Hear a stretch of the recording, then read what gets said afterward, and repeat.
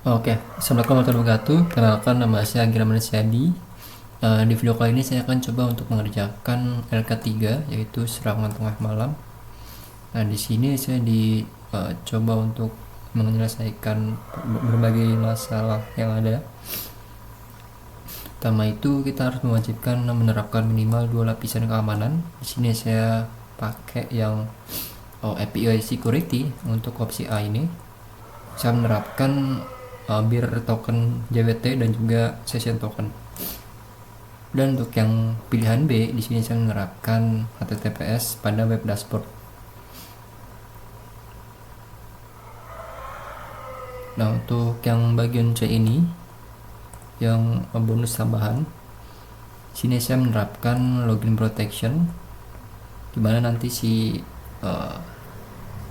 user mengakses API itu akan diberikan maksimal 3 kali percobaan login. Ketika gagal langsung di blok IP-nya. Nah, untuk simulasi nanti saya akan coba untuk simulasikan 2 serangan. Yang pertama itu brute force dan juga akses yang tidak diizinkan. Oke, untuk kode yang telah saya buat di sini ada beberapa bagian. Untuk pertama di sini ada pembuatan server ya. Pertama saya import dulu library-nya yang saya perluin. Ada Express, Chorus, FS dan juga HTTPS. Dan saya pakai si library Express-nya ke dalam folder app. Kemudian setelah saya buat si Express-nya, saya pakai Chorus-nya dan juga middleware bawaan dari Express. Untuk di sini nih ada root utama yaitu /API/v1. Dan di sini saya juga menggunakan option yaitu berisi private key dan juga sertifikasi SSL. Nah, karena ini tadi itu ada HTTPS yang saya pilih nih pada web dashboard. Jadi saya perlu 2 file ini. Ini saya generate menggunakan utilitas dari OpenSSL. Kemudian saya coba buat HTTPS server ya menggunakan si 2 file tadi. Juga app express nya yang berjalan di port yang saya injek langsung dari config env.js. Oke, kita langsung akan masuk ke bagian rootnya. Nanti di root utama itu akan ada 2 endpoint lagi yaitu /login untuk ngelogin dan dapetin tokennya, dan /dashboard data untuk ngedapetin data dari dashboardnya. Nah, untuk /login tadi di sini akan ada limiter rate limit. Di sini saya menggunakan Express.js Express rate limit. Nanti di sini itu ketika si usernya terblok itu kurang lebih akan terblok selama 15 menit dengan maksimal perjumpaannya itu 3 kali, dan juga ngeset message-nya ketika terjadi rate limit, dan ngeset juga header ya. Kemudian saat melakukan pengecekan dari rate limit, maka akan langsung masuk ke logic login, dimana nanti di sini akan ngambil request body yaitu berupa username dan password yang dimasukkan oleh user. Terus dilakukan pengecekan untuk mastiin username dan passwordnya itu nggak kosong. Dan setelah udah dipastiin nggak kosong username dan passwordnya, lakukan validasi user dan gunakan username dan passwordnya.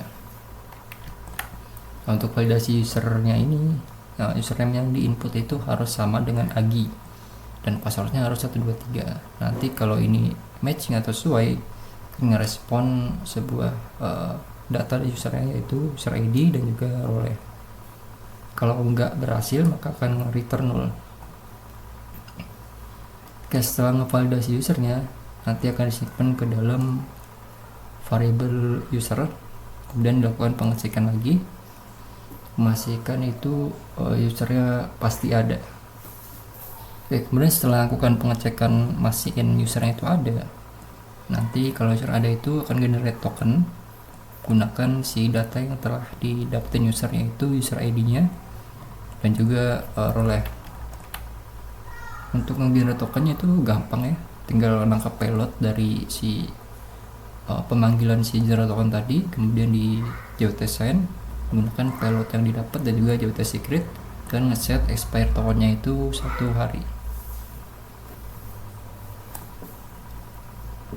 Kemudian setelah dapat tokennya, disimpan di dalam variable tokennya, kemudian ngasih responnya berupa suksesnya true, ada message-nya, dan juga data dari si tokennya akan ditampilkan. Oke, setelah tadi berhasil login dan dapat tokennya, maka nanti user bisa mengakses endpoint ini untuk mendapatkan data dari dashboard. Nah, sebelum mendapatkan data, nanti akan lakukan verifikasi token. Nanti kita coba ngambil si header dari requestnya berupa authorization yang disimpan ke dalam variable bearer header, dan dilakukan pengecekan. Kalau bearer headernya itu nggak kosong atau defend, nanti akan dicoba untuk di split datanya dan disimpan dalam variable token. Nah, kemudian lakukan verifikasi dari si token tadi dan juga JWT secret yang telah diinjek langsung dari config.env, dan juga nangkap sebuah error dan juga decode, melakukan pengecekan apakah terjadi error atau enggak. Kalau terjadi error, nanti akan ngasih respon 1403, yaitu dimana tokennya itu nggak valid. Dan kalau nggak ada error, nanti si data usernya itu dimasukkan data si decode yang telah didapat tadi, dan dilakukan proses selanjutnya. Nah, nanti kalau take off-nya dari headernya ini itu undefined, maka langsung akan masuk ke proses yang bawah, dimana aksesnya itu ditolak karena tokennya nggak ada. Setelah verifikasi token, nanti langsung ke proses selanjutnya, yaitu dashboard. Nah, di sini kita coba untuk ngedapetin si data dashboardnya, dan langsung dikasih berupa respon JSON-nya. Karena sebelumnya udah dilakukan verifikasi, di sini langsung dikasih datanya dengan suksesnya true, dan juga message-nya itu data dashboard berhasil diambil, juga menampilkan data user dan juga data dari dashboardnya. Oke, kita akan coba simulasi langsung pakai Postman karena saya nggak bikin UI-nya. Nah, nanti di endpoint ini https localhost 443/api/v1/login. Nah, di sini akan dimintai header ya, bukan header, request body-nya sesuai dengan yang ada di sini, dimintai username dan juga passwordnya. Oke, kita coba untuk masukin username itu Agi dan passwordnya 123. Kita coba send dengan metodenya post, ngasih response berupa token yang telah di generate. Nah, nanti tokennya bisa kita gunakan untuk mengakses si endpoint dashboard datanya. Nah, kita copy dulu tokennya, kemudian untuk ngekit datanya kita masuk ke endpoint dashboard data, kemudian ambil tokennya di sini, di set authorization-nya menggunakan bearer token, dan token yang telah di generate kita masukkan di sini. Nanti langsung ngasih respon berhasil dengan message-nya data dashboard-nya berhasil diambil dengan informasi data user yang ngambil dan juga data dari dashboard-nya. Di sini sebenarnya bisa saya buat untuk lebih real ya, dimana datanya kayak berupa data lebih detail, misal data user dan lain sebagainya. Tapi karena ini cuma simulasi keamanan, jadi saya nggak buat sedetail itu, jadi cuma datanya kayak gini aja. Yang penting protectnya itu udah berhasil. Nah, karena yang tadi menggunakan token itu udah berhasil, sekarang kita coba untuk akses endpoint dashboard data ini tanpa token. Nah, maka aksesnya akan ditolak karena tokennya itu nggak ada. Nah, dari simulasi ini tuh udah ada simulasi yang telah saya lakukan, namanya authorization access, dan selanjutnya akan coba untuk brute force login. Oke, di simulasi brute force ini saya akan coba untuk mengubah atau kesalahan login yang harusnya 123 jadi 124.